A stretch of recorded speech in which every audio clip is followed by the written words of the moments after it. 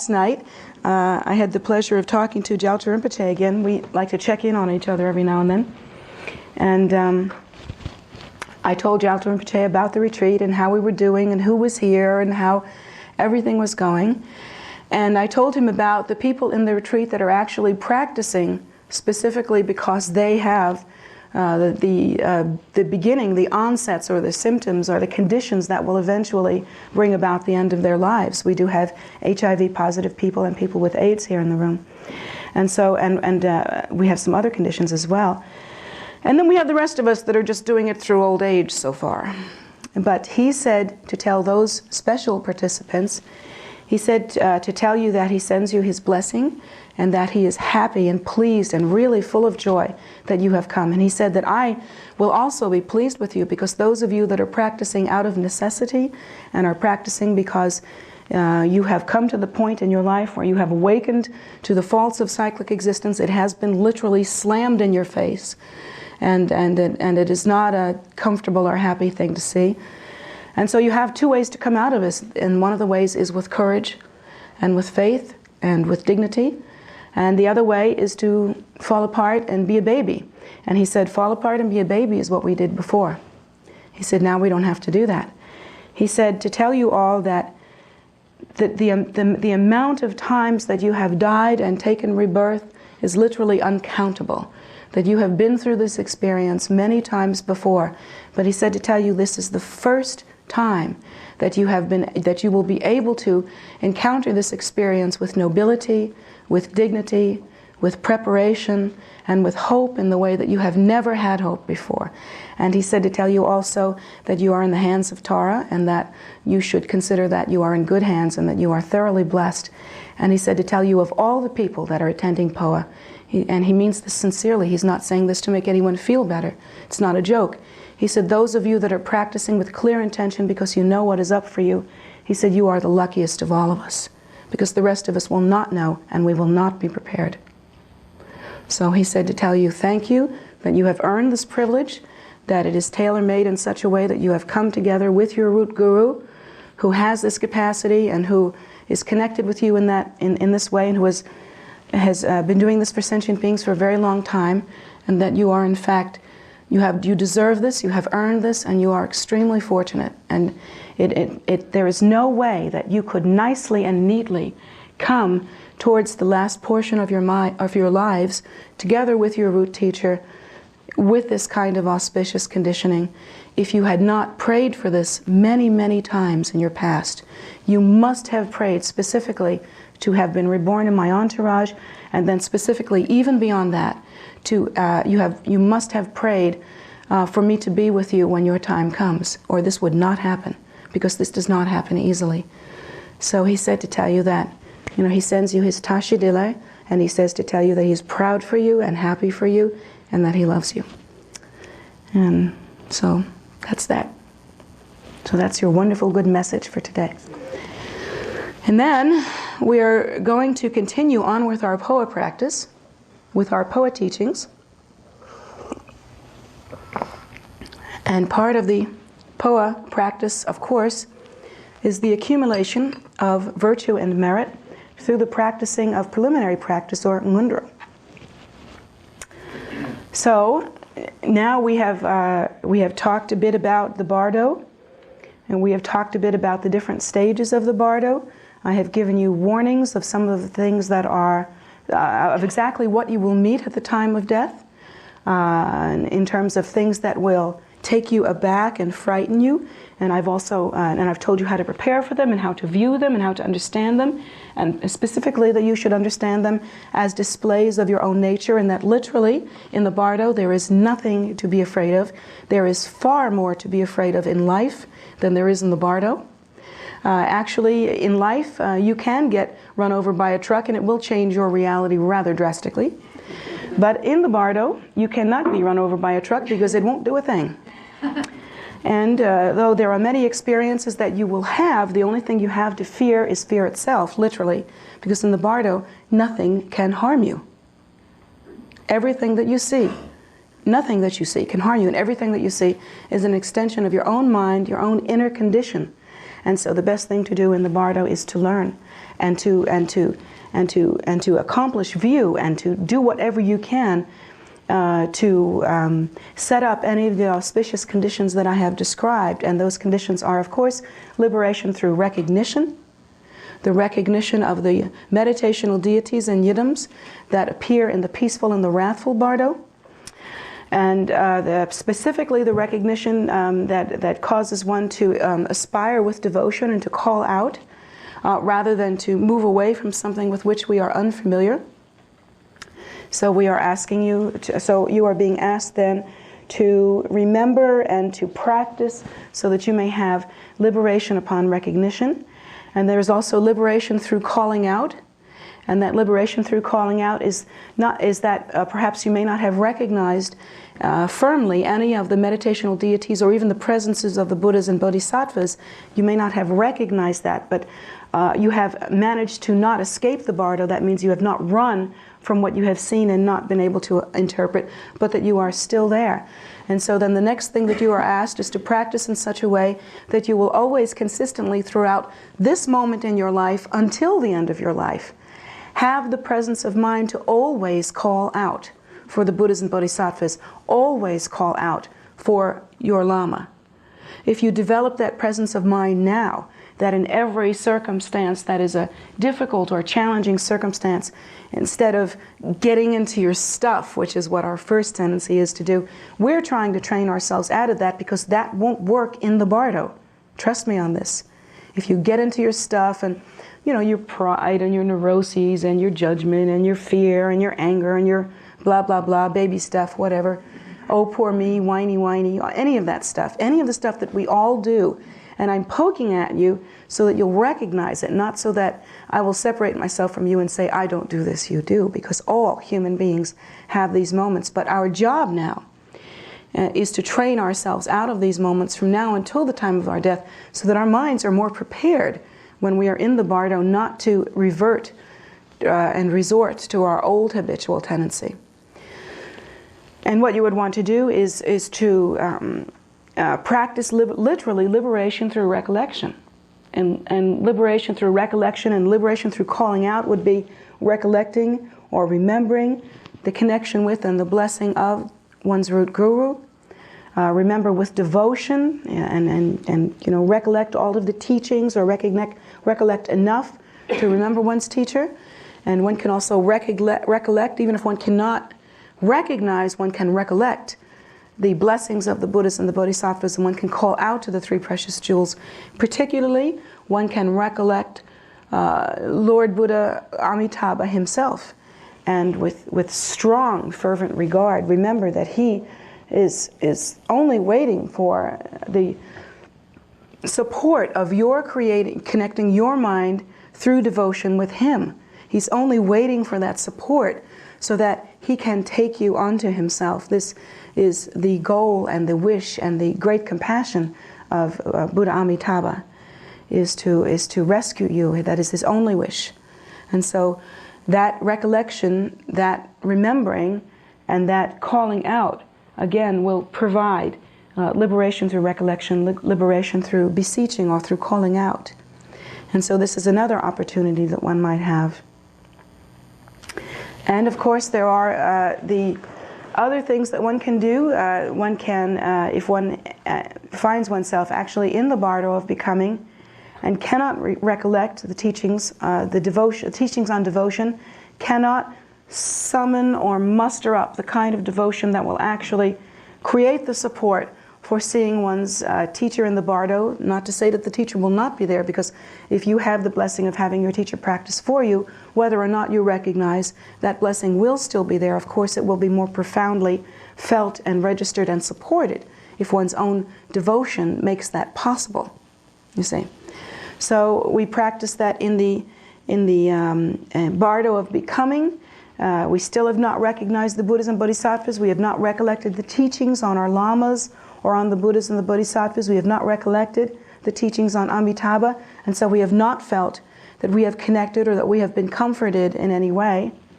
And then in that case, you still have the opportunity to practice understanding or the simple remembrance that of all the 6 realms of cyclic existence, one should aspire to the human realm, and that one should think upon addressing the opportunity to enter into the human realm, that one should make prayers at that time. One should visualize, first of all, that the mother and father that one has come to see, and we are looking for a human mother and father, that as they come together in union, offering and providing for you the red bodhicitta and the white bodhicitta, which is their innate seed, then at that moment you should visualize the mother and the father, not with lust or desire, and then again, now you have to practice not having that kind of lust or desire, but rather stabilize the mind through practice. And so you practice not having lust and desire, not thinking in that way, in that kind of heavy, grasping way, but instead, upon viewing the mother and father that will be the providers of your seed and your place to come into the world, then you should think of them as the male and female meditational deities, literally the Buddha and consort in union. You may think of them as Amitabha and consort in union, or any Buddha and their consort in union. You should think that they are meditational deities, and you should make prayers as you enter into this, that you will meet immediately with the Dharma, that circumstances will guide you instantly to the Dharma, and as soon as possible you will begin to practice, and that surely in this lifetime you will practice, and you then make prayers that in the next bardo you will recognize, you will be knowledgeable, and you will be mindful, and you will be prepared. And so there are many different levels of accomplishment that one can achieve through the different places in bardo where one finds oneself. It's like, what I'm meaning to say is that yes, there are the superior places in the bardo where one can achieve liberation, where one can maintain mindfulness through practice. There are the intermediate or moderately suitable, intermediate or midland places where one can call out, or one can recognize, or one can beseech, or one can remain mindful, and in that way one will have a fair to middling opportunity, and still actually come back in a way that is different, in a way that benefits sentient beings, although perhaps not fully and completely realized. And then there is the other way in which one will come back as a human being, but will come back having already given rise and begun to ripen and brought to the forefront the necessary virtue and opportunity by which one will be able to practice and then soon achieve realization. So there are many levels of opportunity within the bardo, and one should not think that if one has somehow found oneself smack dab in the middle of it, knowing that one is going through the bardo, not really sure of what you've missed, and that could very well happen, that at any moment where you are, when mindfulness returns to you, and it will return to you periodically throughout the bardo state, that you will remember through the force of your training some element of what you have been taught here, and you will be able to either achieve an auspicious rebirth, or a rebirth that brings about liberation, or that even is consistent with liberation. All of these things are possible, and they are possible to the degree that we practice. Now the next thing that you have to realize is that the determinators of these kinds of experience are pretty cut and dry. We would think that it sounds kind of like shooting pool, in a way, or, playing one of those gambling games in Las Vegas where you pull down the arm and you come up with 3 cherries or 3 lemons or 3 different things or whatever they happen to be. It seems almost that random. It seems as though we just don't know. We're kind of on a sea, and everything's pretty rocky, and we don't know how things are going to ripen. Essentially that is true, and this is what we are taught about the faults of cyclic existence. This is actually what our lamas have taught us to meditate on, to turn our minds and ripen our minds for liberation, so that the obstacles of self-absorption and slothfulness and laziness and those kinds of things will dissipate. We actually train our minds to become more firm by viewing the faults and problems associated with cyclic existence that literally cannot be solved, that they are part and parcel with cyclic existence. So you must think that, how is it that I will know? How is it that I will be prepared? How is it that I will recognize? All of these things are questions, and they are valid questions. I can tell you that it is not random, that it seems random, but in fact, the ripening of karma, the ripening of meritorious karma, that kind of karma which contributes to one's well-being, the kind of karma that one receives when one has engaged in meritorious or virtuous activity that has benefited others. To the degree that you have accumulated that sort of karma, and to the degree that that sort of karma is actually at that time ripening within your mind. So you're looking for not only a content or a weight of virtuous karma, but you're also looking for catalytical events that will catalyze the drawing forth of that karma into your present time and space grid. Now here's what you have to understand in association with that thought, and that is we have experienced the idea of self-nature as being inherently real, and have therefore wandered in the samsaric view of dualistic mind. We have separated the idea of self and other. We discriminate and have very firm ideas about subjective and objective experience, and all of these things have been happening literally since time out of mind, inconceivable time. When Rinpoche said that you all have done this before, he meant really, you have died so many times before. You just can't believe it. And it's funny, here we are, and each time we seem to die in ignorance because of the nature of samsara. It is that we cannot remember from one lifetime or one experience to the other. Yet still, you have done this many times, and as luck would have it, here you are. So, while that has happened, yet you have always died in ignorance, and the circumstances, the conditions have not arisen until this very time. And how did that happen? It's very hard for us to determine. But the circumstances have not arisen until this very time for you to have the opportunity to prepare yourself. And so now that time is here, and we have to take full advantage of it. But this is one such very catalytical event that will bring about the end of the times in which you will die in ignorance and be reborn in ignorance, therefore. So this is one such catalytical event.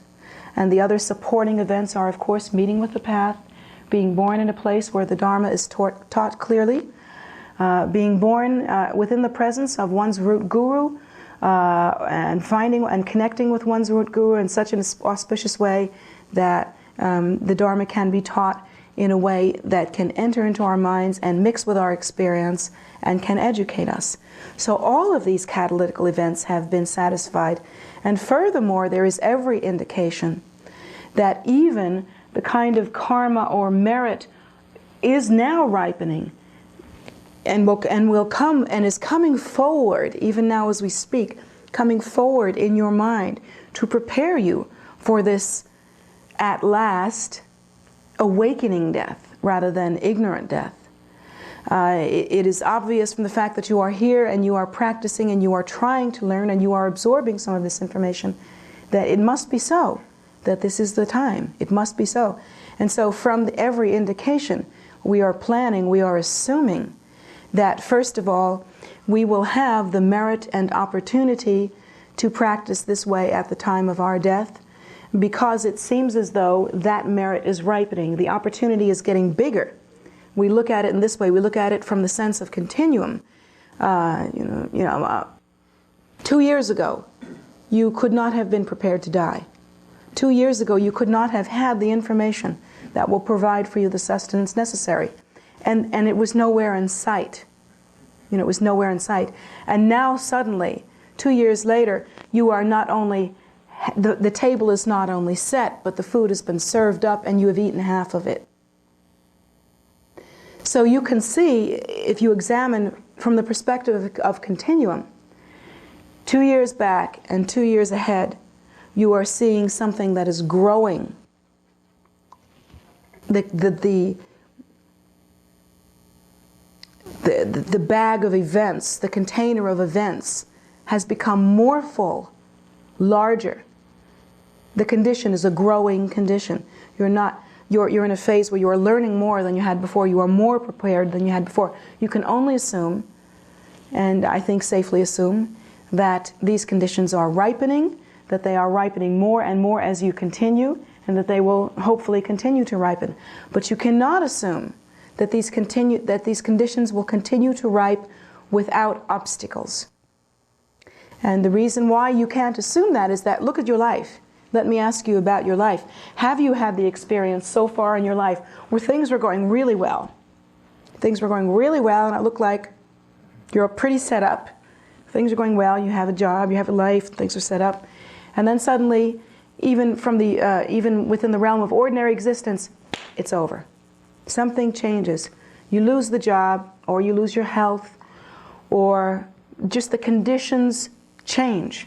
They simply change, and there was no preparation. It was finished, you know, those conditions just changed.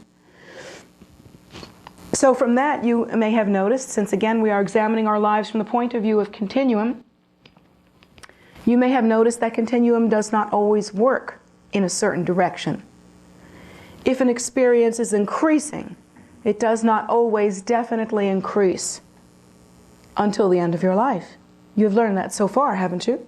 If a situation is decreasing, on the other hand, if you are losing something, if things are going badly for you, then also you have noticed that it may also happen, and it has happened in your life, that suddenly things will turn around. A gift, something will come out of the blue that you could not have expected. Hasn't that happened to you? Haven't you had that kind of thing happen to you? Sure. And you can expect also that that is another pattern that we see within the samsaric reality of the continuum we experience. So these are things that we have noticed. We can, in our training, one of the things we are required is to examine and note such things rather than going through life stupid, you know, barefoot and ignorant, you know, the way that we like to go through life, particularly when we're younger and we don't realize that life does what it does. We prefer to go through life sort of blissfully ignorant and not thinking about things too much, not being particularly stressed out, but basically just simply looking for some gratification. That's just basically what it is. And now that we have come to the point in our lives when it looks like we better do something else, or have another idea perhaps, we can look back. 20/20 hindsight is always pretty darn accurate. We can look back and see that we have gone through extensive periods in our life when we were only interested in gratification. And even that has changed. Why has that changed? In many cases it has changed because we have been forced to see the sufferings of cyclic existence even against our own will. So these are the things about the continuum of samsaric experience that we should notice. And now, from having noticed that, we may also have noticed, at least if we're smart, we may have noticed that it would be a darn good idea if we had a little control. I don't know if any of you have noticed how scary samsara is if there is no method whatsoever. Literally, those people that cannot, because they do not, I mean, let's face it, all sentient beings, and this is part of the Ngondro teachings, all sentient beings have the desire to be happy. That is a unifying idea, force, element within all of us. Every single one of us, no matter how we appear. From the very ones that perhaps you are no longer, the ones that are just only exclusively engaged in gratification and pleasure seeking. Perhaps you yourself know what that is like and now you have changed. So from that kind of sentient being to the other extreme, the kind of person who does nothing but plan and study and keep themselves very academic and very dry, you know, kind of a dry kind of life. Those kinds of people that are all work and no play. From another extreme might be, you know, persons whose entire life and mind is simply pathologically distorted, such as a person who is a murderer, you know, even a serial killer, even such an extreme like that we can't even imagine. That kind of thing to a small child who is whining and complaining and you know, giving you a hard way to go, and maybe even having a temper tantrum and insisting that they want to play Game Boy one more time before bed. If not, they will have a temper tantrum, you know, that sort of thing. You know, whatever kind of extremes human being we are, and any other life form, the one thing that we all have in common is that we wish to be happy. To the degree that each of us seeks out happiness in different ways, and how different are the ways. One is seeking it through constant instant gratification. The other is seeking it through discipline and structure and deep thoughts. And the other one is experiencing it through losing the mind for another 15 more minutes in Game Boy. And the other one is seeking it through murdering others and gaining control and power over others.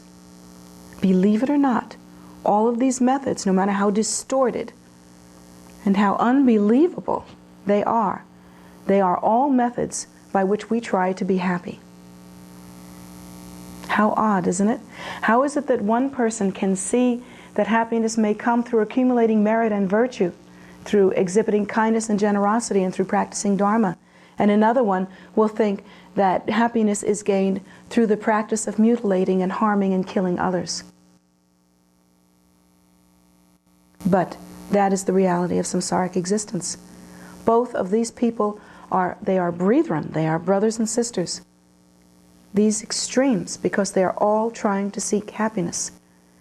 One has enough virtue and merit ripening in their mind to be able to see with clarity where happiness will come from. And those are the ones that seek out practice and methods that will bring about temporary and ultimate happiness. And you are those people. You are the fortunate ones who have enough karma and merit ripening in your minds. And the other poor people, you know, poor unfortunate people who are still involved in instant gratification, and some never get out of it.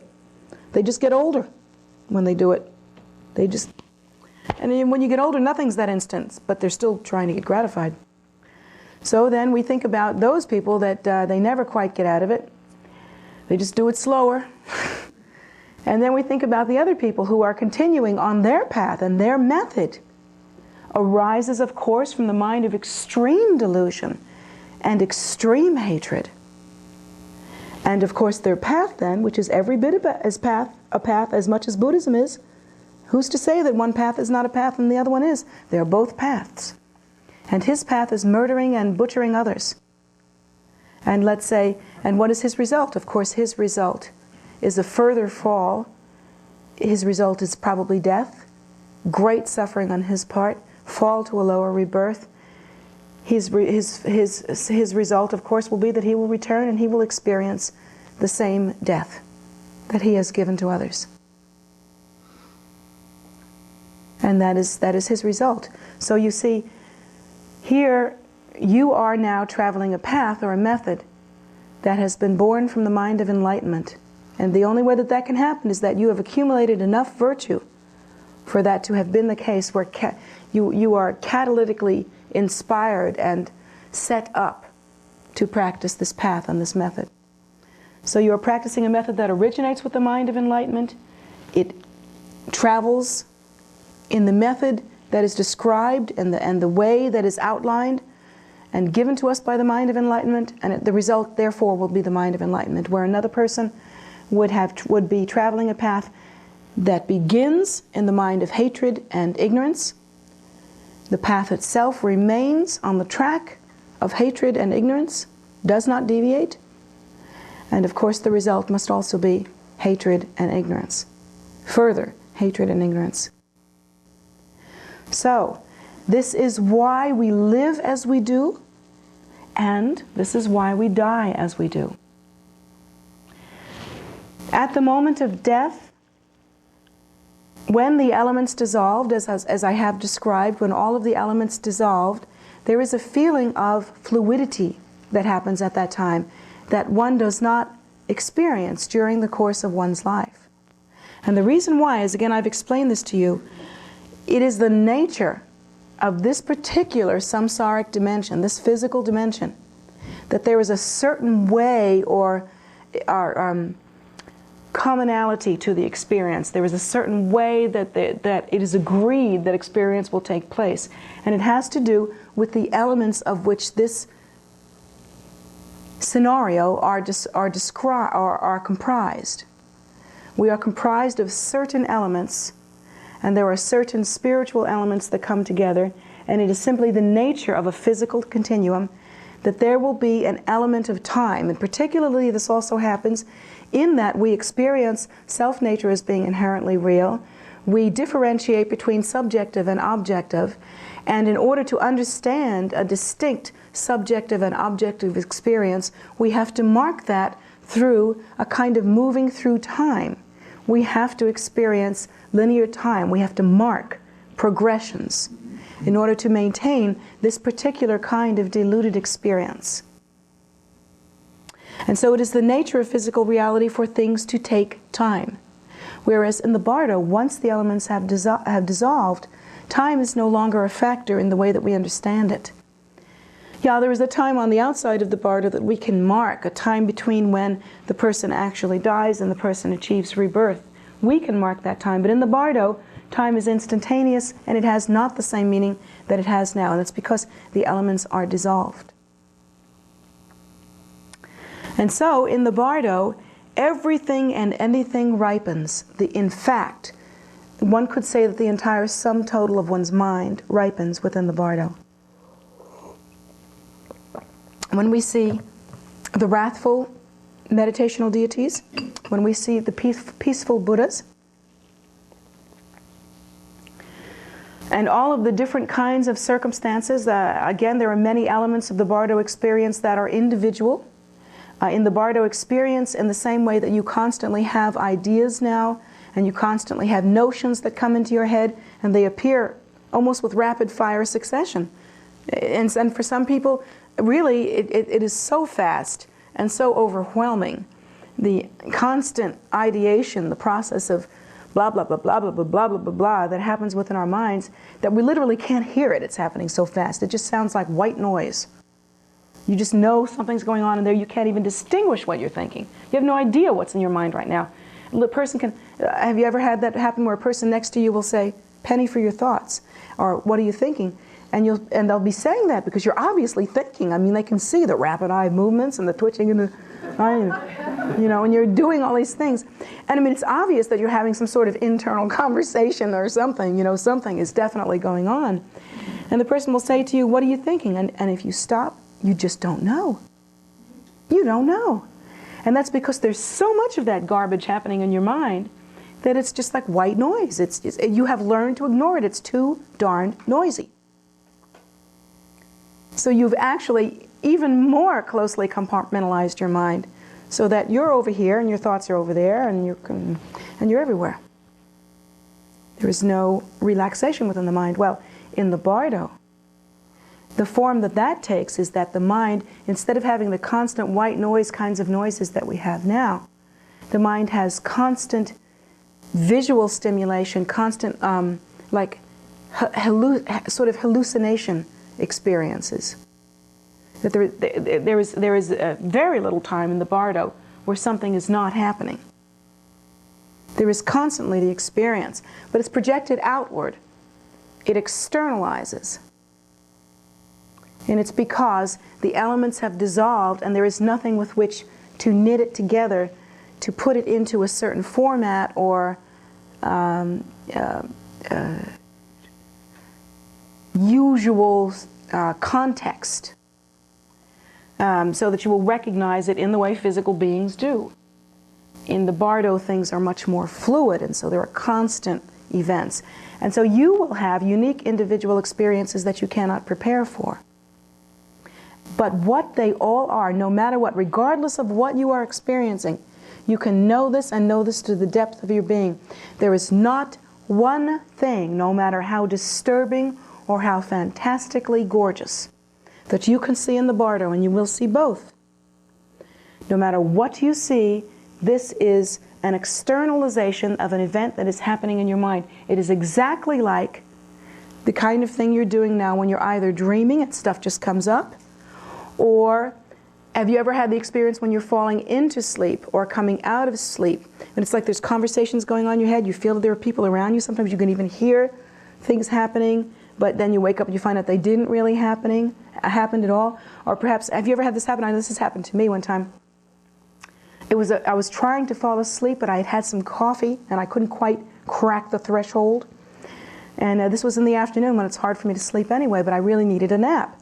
And so as I was falling asleep, I could feel it was weird. It was like dying. It was very much like a Bardo experience.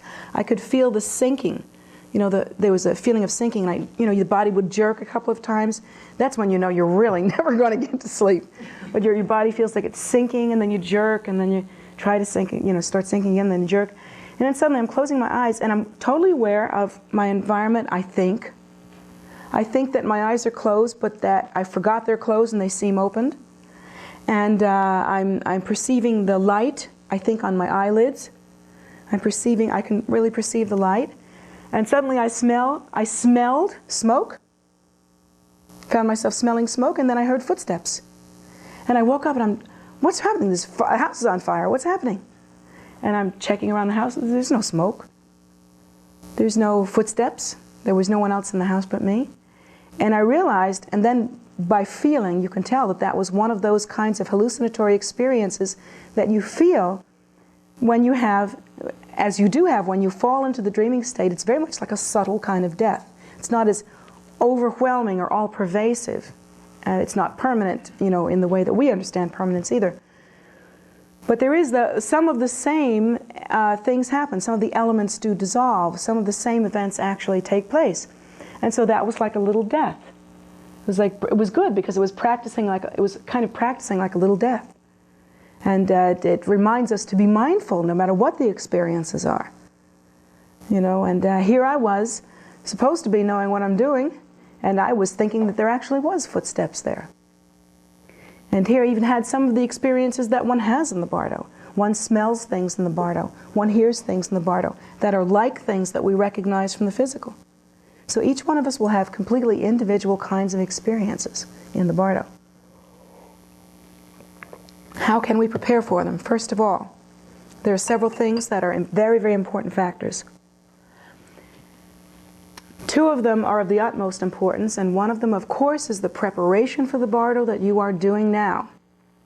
And when we begin to talk about that, and we're going to start talking about that today, we will be talking about the Ngundro section of your Bardo teaching, of your Poa teaching, which is the preparation for the actual practice of Poa. But the other factor, and this is an important factor, these are rather the conditions that one experiences around the time of one's death, and even the time immediately preceding one's death. These are the mental conditions. Because the elements are dissolving at the time of death, you should know, and you should take this into account, that because the elements are dissolving, it is not, you would think that you're dying. My goodness, you wouldn't be as reactive as you are when you're alive, but in fact, because the elements are dissolving, we are as reactive, if not more reactive. When we are dying, we're delicate, very fragile, than we are when we're alive. So the body, it's odd, as we are going through the different dissolution of elements, there is a point at which technically the person stops hearing in the way that we understand hearing, going into the ears and registering in the brain, and yet it has also happened that the person has become more suggestible and more sensitive to sound. How's that? No ears. And yet it's true. The person still remains sensitive to sound and very suggestible. And there comes a time when you can actually stick something into a person's hand, and because their energy has begun to dissolve in such a way that the elements have begun to dissolve in such a way that there is actually very little focus and very little life force within the extremities, yet that person is extremely sensitive to the feeling and comfort of their surroundings.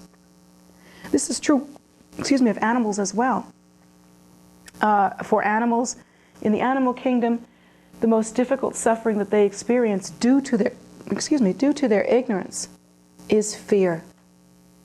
They are so profoundly ignorant and reactive that their minds are constantly filled with fear. Animals are constantly fearful, and therefore they are born into a predator and hunted scenario, which expresses that constant fearfulness.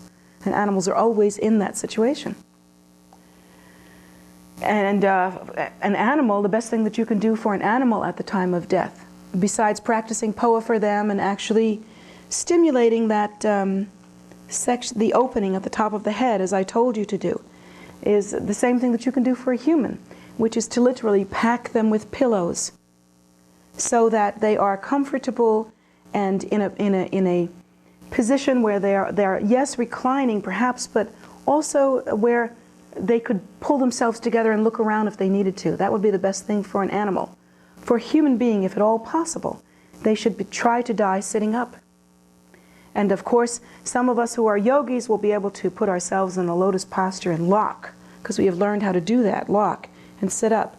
But most of us, and even those of us who have such training, depending on our physical condition, will need to have pillows packed all around us. Behind the small of the back so that the spine stays straight like that, you know, right back in there. Around the shoulders so that one does not slip from side to side, and even around the neck so that the neck remains erect, but they should be comfortable like that. The reason why this should happen is, once again, you are susceptible. If you have the sensation of falling as you are dying, it will frighten you more if you are lying down. If you do not feel, if you do not have a sense of support around you, it may be a little frightening. But it should not be frightening for you, because you will have arranged for someone to create a nest for you, sort of like kind of like a womb in which to be born into another reality, in a sense. You know, a very comforting kind of womb-like environment.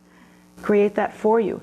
You can ask for that, and you should set that up, and you should give explicit instructions. It is your right to have the conditions that you desire at the time of your death.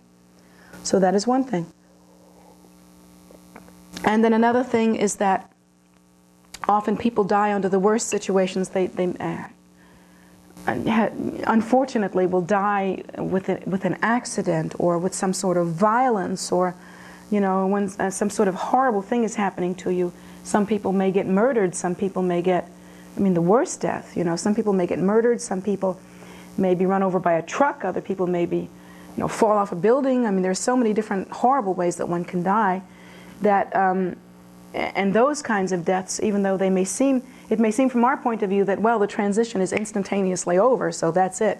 But that only makes sense if you believe that what comes afterward is either blank space with nothing to deal with at all, or some sort of fantasy land that, suddenly you end up on a game board that looks a lot like Candyland, and you're just going in. Here I am, happy, whatever, deluded idea that we have, the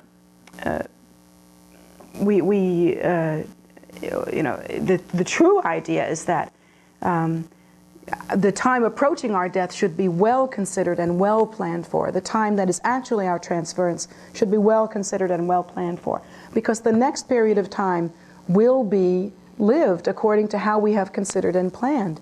You are not going to exit and just not be anywhere. You must continue, and wherever you go, your habitual tendency and your mind state will be with you. And that is the experience that you will have. So life doesn't end for you when you die. There's no escape from life. One must continue. And one will continue experiencing the result of one's habitual tendencies and karma. This happens even so much more at the time of death. The very time of death. So we have to think about the very moment of death, and then we have to think about the experience of transferring the consciousness.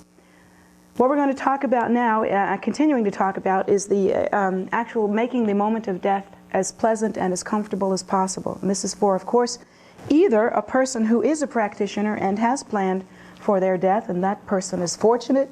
They will be a lot more comfortable than anyone who has not planned for their death, and except for those people that are dying in ignorance and just don't have the good sense to open their eyes and really pay attention to what's happening around them. That is a level of delusion which will probably rebirth in something end up, the person who simply dies is what I'm trying to say, with a kind of, oh, everything's going to be fine, this is all going to work out okay, just think positive thoughts. That kind of attitude. A person who dies like that, could very well be reborn as an animal because of the heavy delusion and state of ignorance that when they willingly close their eyes and do not plan and do not, take note of their environment and try to negotiate and do the best that they can, they may very well take rebirth as an animal because they are willing themselves to remain ignorant. At the time of death, we should make the person as comfortable as possible. They will react, they will respond to their environment, they will do it differently, they may not be able to tell us, so it is up to us who are guiding those who are dying to make them comfortable. It is the responsibility of the loved ones around them or the Sangha who is around them, and particularly if the person is dying, it would be ideal for them to have around them their Lama and foreordained, because where foreordained are gathered, it is considered that the Sangha is there and all the virtue and merit of the Sangha are contributed to the situation. You may have less, and you may only have your Lama, or you may have just one monk or one nun. But the best situation is to have one's Lama and foreordained, monks or nuns, either one, foreordained in robes, praying for you, 4 or more. So that is one excellent condition. If the person is a practitioner, they will feel confident, calmed, if they are made aware that their Lama is there. You should explain that to your family. Your family should understand that while you will take comfort from their presence, you will take much more comfort from the presence of your Lama. And you should explain to your family that you view death as a doorway, that you see death as being a transition or a phase that you must go through in order to continue on with the rest of your experience. And so, what you must do, literally, at the time of your death, is to let go of those things that bind you to life now. And so, if you are to die in such a way as will only please your relatives, letting them be there, letting them be in control, letting them pat you on the butt or, shake your hand or kiss you on the cheek or do anything that they want to do as they're saying goodbye to Uncle Sam or whoever you are, at that you are making a grave mistake. And I'll tell you why you're making a grave mistake.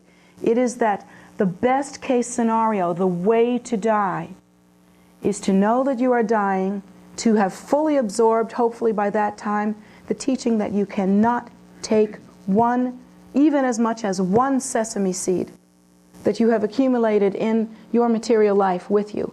There is nothing of your material life, not a bit of it, that you can take over with you in your next experience except the karma that you have accumulated during this time, or the habit patterns of your mind. Those things will survive, but everything else, including your relationships with your loved ones, that's it. It's gone.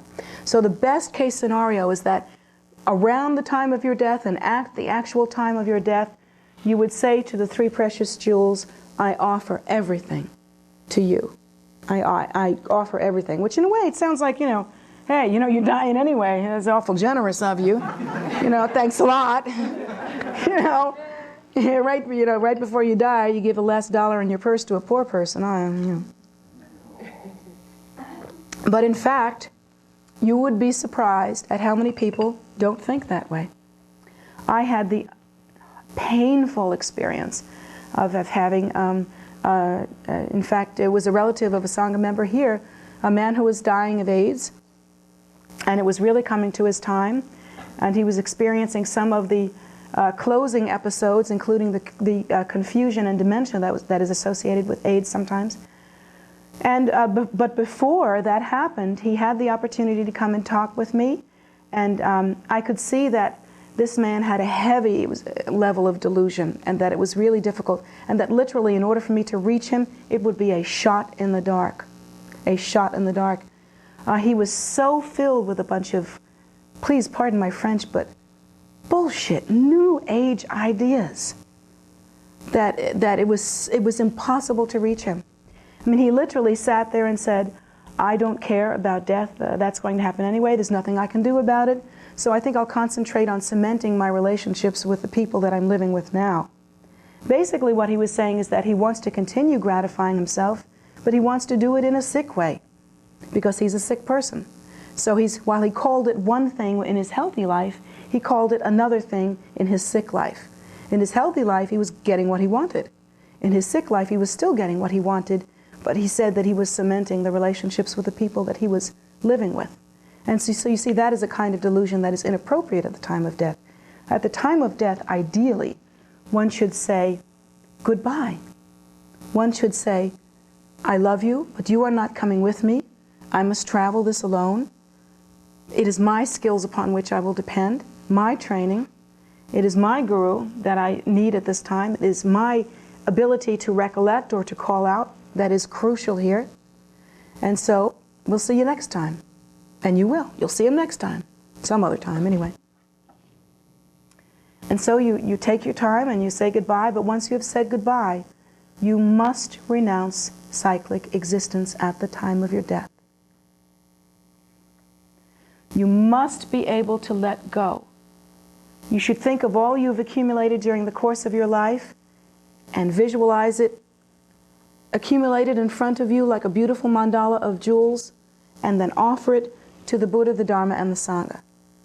And you should think also of all of the effort that you've put into happiness with other beings, the relationships, the love, the joy, the tears, the sorrow, all of the mixture, and seeing it just as one would see it. If they could not distinguish between shit and chocolate, you would offer that also. Transform it into jewels and offer that also to the three precious jewels. And just offer every single stitch of effort, every experience that you have ever had, from beginningless time until this moment, to the three precious jewels. And you say within yourself that you are ready.